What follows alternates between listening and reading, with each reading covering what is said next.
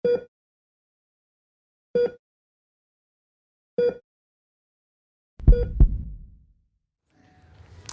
بسم الله الرحمن الرحیم. نن زموږ تاسو هغه ټاپک چې دی الکترولایت ډسټربنسز یا الکترولایت امبلانسز. نو الکترولایت امبلانس یو ډیره مهمه او حیاتي مسله ده. د الکترولایتونو عدم موازنه کولی شي چې یو ناروغ د مرګ خواته ویسي. او په ای سی جي کې د الکترولایتونو معلومول دا ډیر ضرور دی او په دې باندې پوهېدل ضرور دی. ځکه یو خو زموږ ستاسو وطن غریب دی او بل دا چې په ډېرو ځایونو کې موږ تاسو سهولتونه نه لرو، خصوصا په اطراف کې په ولسوالیو کې زیاتره وخت په ښار کې هم د الکټریسټي یا د برق ستونزې لرو. نو په هر ځای کې موږ تاسو نشو کولی چې الکترولایت ماشین ولګوو. خو که چېرته موږ تاسو کوم ناروغ ته شکمن کېږو نو کولی شو چې د ای سی جي له نظره هم موږ تاسو کولی شو الکترولایت معلومه کړو. د هغې جملې څخه یو موږ تاسو هایپوکلسیمیا د کلسیم کموالی، هایپوکلسیمیا چې د دې نارمل اندازه کلسیم چې د په وینه کې سیرم کلسیم اندازه چې ده تقریبا کتابونو کې مختلف دغه دي چې د 8 نه تر 10 پورې وایي او ځینې کتابونو کې تر 11 او 12 پورې وایي چې دا د پر ډیسي لیټر، ځینې کتابونو کې 8.15 تر 12 ملي ګرام پر ډیسي لیټر وایي. خو مختلف رنجونه دي. نو که چېرته 8 نه کمیږي موږ وایو چې ناروغ هایپوکلسیمیا کې دی. او د هایپوکلسیمیا عمده هغه نښې چې دي په ای سی جي کې یا تغییرات چې دي په ای سی جي کې هغه د کیوټي انټروال شارټنینګ دی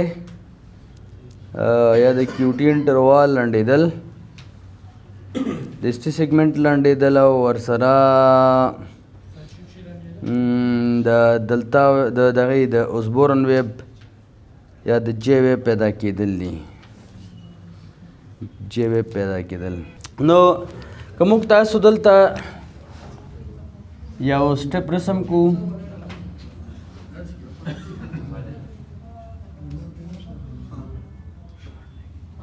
نو موږ چې کیوټي انټروال به پکې شارټ کېږي. کیوټي انټروال موږ تاسو ویلو چې د کیو د شروع نه واله د ټي تر ختمه پورې دا انټروال چې دی دا څه دی؟ کیوټي انټروال دی. دا چې دی کیوټي انټروال دی. دا په دې کې شارټ کېږي او نارمل اندازه موږ تاسو دې ویلې وه چې 0.40 تر 0.4 پورې دې موږ نارمل اندازه ویلې وه. د په هایپوکلسیمیا کې کیوټي انټروال څه کېږي؟ دا شارټ کېږي، لنډېږي او دا به د نارمل اندازې څخه لنډي. بل موږ تاسو ویلو چې دلته به اسټي سیګمنټ هم لنډ شي، خو چې کیوټي انټروال لنډ شو اسټي سیګمنټ خپل را لنډېږي ورته. او بله مسله دې کې دا ده چې اوسبورن ویب به دلته راځي. اوسبورن ویب، اوسبورن ویب یا جے ویب دې ته وایي. دلته یو ویب پیدا کېږي. دغه ویب چې تاسو ګورئ دې ته اوسبورن ویب وایي یا دې ته چې د جے ویب وایي، جے ویب. دا جے پوینټ کې پیدا کېږي. دلته یو موجه پیدا کېږي دې ځای کې په هایپوکلسیمیا کې. یو به دا چې کیوټي انټروال به د نارمل اندازې څخه څه وي؟ دا به شارټ وي، لنډ به وي. په هایپرکلسیمیا کې ما هایپوکلسیمیا کې لیکلي دي، زه به غلط شوی یم. هایپرکلسیمیا کې، په هایپرکلسیمیا کې څو شیان رامنځته کېږي. یو دا چې کیوټي انټروال به شارټ کېږي، اسټي سیګمنټ به شارټ کېږي او اوسبورن ویبز یا جے ویبز به رامنځته کېږي. دلته موږ تاسو وګورو په دې شکلونو کې موږ تاسو ګورو چې جے ویب تاسو ته ښکارېږي کوم ځای ته چې ډش شوی دی، خصوصا په دا وي3 لیډ کې ډېره واضحه ده او وي4 لیډ کې دې کې اوسبورن ویب دا چې دی ډېر واضحه دی. او که موږ تاسو کیوټي انټروال وګورو د 2 غټو مربع نه به دا کوچنی وي. د 2 غټو مربع څخه دا څه دی؟ کوچنی دی. نو په هایپرکلسیمیا کې 3 تغییرات موږ ویلې چې یو به شارټ کیوټي انټروال به وي، شارټ کیوټي انټروال او بل با پکې شارټ اگر که ST سیګمنټ کې موږ تاسو ویل چې شارټ او لنډ او دغه پکې نه خو چې QT انټروال شارټ شو ST سیګمنټ خپله شارټ کېږي. دا دی یو برخه ده. او بل به په دې ناروغانو کې اوسبورن ویو وي. دا د هایپرکلسیمیا نښې دي. QT انټروال شارټ کېږي، ST سیګمنټ شارټ کېږي او اوسبورن ویو رامنځته کېږي. اوسبورن ویو داسې یو موجه وي. د دې برعکس په هایپوکلسیمیا کې QT انټروال پرولانګ کېږي. برعکس په هایپوکلسیمیا کې QT انټروال چې دا پرولانګ وي.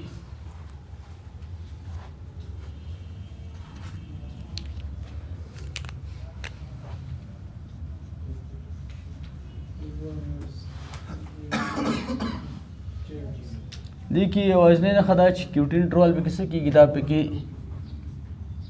پرولانګ کېږي.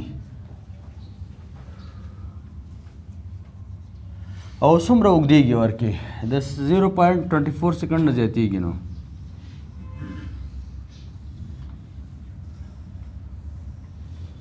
که موږ تاسو دلته وګورو د کیو شروع والا د ټي تر ختمه دا QT انټروال دی. دې کې دا QT انټروال چې دا پرولانګ کېږي مور دین 0.24 سیکنډ. د دوه غټو یوې وړې مربع نه دا اوږدېږي. دا موږ ته څه راښیي؟ هایپوکلسیمیا راښیي. او که چېرته ورسره ټي ایسټ چینجز رالل، ټي ایسټ چینج بیا کېدای شي هایپرکلیمیا ورسره راشي. ځکه چې په هایپرکلیمیا کې موږ تاسو وایو چې هغه ټي ویب چې دا ډېر پورته کېږي، لوړېږي، هایپر اکیوټ ټي ویب کېږي. دلته موږ تاسو د QT انټروال پرولانګیشن ګورو چې دلته QT انټروال نسبت نارمل ته چې دی دا اوږد شوی دی. که موږ تاسو دویم لیډو ګورو، دې کې موږ تاسو QT انټروال وګورو، نو QT انټروال به تاسو ته د 2.5 یا د 2 غټو مربعو نه به درجه تقریبا 2.5 یا 2 غټې مربع او یو 2 وړې مربع په اندازه به پراخی. که موږ تاسو یو لیډو ګورو، هغه کې موږ ته پته لګي چې اوس QT انټروال څومره دی. او په دې شکل کې که موږ وګورو نو د هایپوکلسیمیا سره هایپرکلیمیا یو ځای شوې ده. دلته ګورو موږ تاسو ټي ویب ګورو چې ډېره پیک ده. ټي ویب چې دا پیک ده، QT انټروال پرولانګ دی او ټي ویب پیک ده.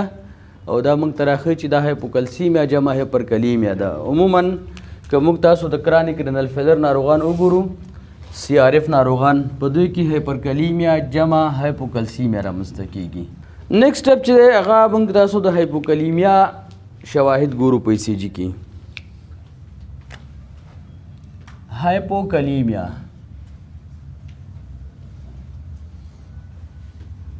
نارمل اندازه د پوتاشیم چې دا د 3.15 والا تر 5 ملي ایکویلنټه پورې ده. ځینې کتابونو کې 5.15 وایي. د 3.5 نه تر 5 ملي ایکویلنټ پورې نارمل اندازه د پوتاشیم ده.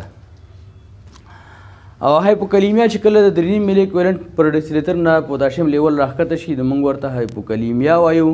او هایپوکلیمیا یو څه نښې لري په ECG کې، یو څه تغیرات رامنځته کوي چې د هغې تغیراتو نه ټي فلیټ کېږي، ST ډپریشن رامنځته کېږي، ST سیګمنټ ډپریشن، او همدارنګه پی پرومیننټ کېږي او PR سیګمنټ پرولانګ کېږي. PR انټروال چې دا پرولانګ کېږي او همدارنګه که موږ تاسو ګورو یو ویب پکې رامنځته کېږي، یو ویب پرومیننټ شي پکې.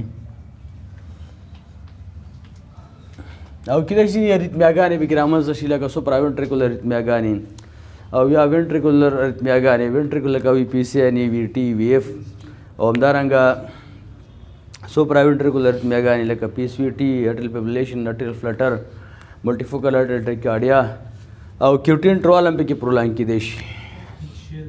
QT انټروال هم پکې څه کېږي او QT انټروال پکې پرولانګ کېږي. دلته اوس موږ تاسو ګورو یو شکل ګورو. دلته دې شکل کې موږ تاسو ګورو چې ST سیګمنټ ډپریس شوی دی T فلیټ دا U پرومیننٹ ده او PM واضحه ده او PR انټروال ګوت شوی دی هغه بل شکل چې ګورو هلته بیا بیخي ST ډپریشن دی بیخي که موږ تاسو دلته د یو بل شکل وګورو په دې شکل کې موږ تاسو ته واضحه معلومیږي چې PR انټروال پرولانګ دی ST ډپریس دی TV فلیټ یا بایپیزیک ده او U پرومیننٹ ده دلته یو بل شکل دی چې دغه شکل کې موږ تاسو ګورو اول شکل نارموکلیمیا ده یا نارمل حالت دی PR انټروال نارمل دی P ویب نارمل ده نارمل کې وارث دی نارمل ST ده نارمل T ویب ده او U ویب داسې همواره غوندې ده خو لاندې شکل تاسو ګورئ هیپوکلیمیا ده په هیپوکلیمیا کې موږ تاسو ګورو چې P ویب سلایټلی پیک ده او همدارنګه PR انټروال هم لږ اوږد شوی دی ST سیګمنټ ډپریس دی T فلیټ ده او U ویب پرومیننټ ده U ویب پرومیننٹ ده چې دا موږ تاسو ته څه راښیي هایپوکلیمیا راښیي د پوتاشیم کموالی هایپوکلیمیا نو هایپوکلیمیا ډېر اسباب لري ځینې وخت اسهالات استفراقات دې کې پوتاشیم ډېر ضایع کېږي ځینې نور حالتونه هم شته چې هایپوکلیمیا ورکوي ځینې عملیاتونو کې انستیزیګانو کې ډیورسس کې ځینې درملو استعمال کې خصوصا ډیورټکس چې ورکوو موږ تاسو هغه ډیورټکس چې هغه لوپ ډیورټکس دي یا تایزیډ ډیورټکس دا پوتاشیم وباسي نو په همدې خاطر باندې د لوپ ډیورټکس سره موږ پوتاشیم سپیرینګ ډیورټکس یو ځای کوو چې تر څو دغه سایډ افیکټ نه مخنیوی وشي سپایرونولکټون بل شکل دغه چې دی هغه هایپرکلیمیا ده د الکترولایت امبیلانس بل شکل هغه هایپرکلیمیا ده او هایپرکلیمیا دې ته وایي چې د پوتاشیم اندازه دا مور دین 5 ملي ایکویلنٹ پر ډیسي لیټر شي نو موږ وایو چې اوس ناروغ هایپرکلیمیا خواته لاړه او هایپرکلیمیا هم دا څلور عمده تغییرات په ECG کې رامنځته کوي چې د هغې تغییراتو له جملې څخه اول تغییر چې دی هغه پیک اور هایپر اکیوټ ټي ویب ده دا ټي ویب چې ده دا څه کېږي پیک کېږي دا اوله مرحله ده دا نارمل شکل او دلته اب نارمل شکل